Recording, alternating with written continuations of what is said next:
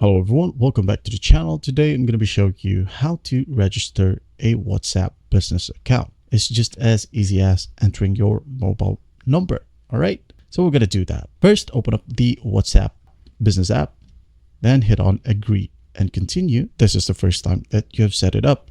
If you have already set up your WhatsApp business account, then no need to register it, as once you entered your mobile phone number and set up your account, it is already registered. All right. Now for new users, just go ahead and agree and continue. Put your phone number, hit on next, then verify, verification complete, retry. All right, hit on next. From here, you can go ahead and put your business name right here and the category. All right, there are a lot of categories right here for you to choose, but just for this example, we're going to use education.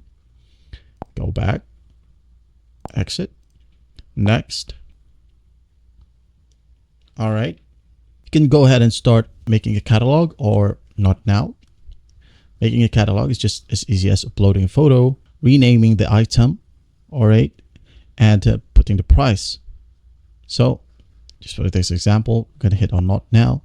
And there you have it. You have successfully registered or created a WhatsApp business account. And that's basically it. Well, I hope this video helps, and I'll see you in the next one.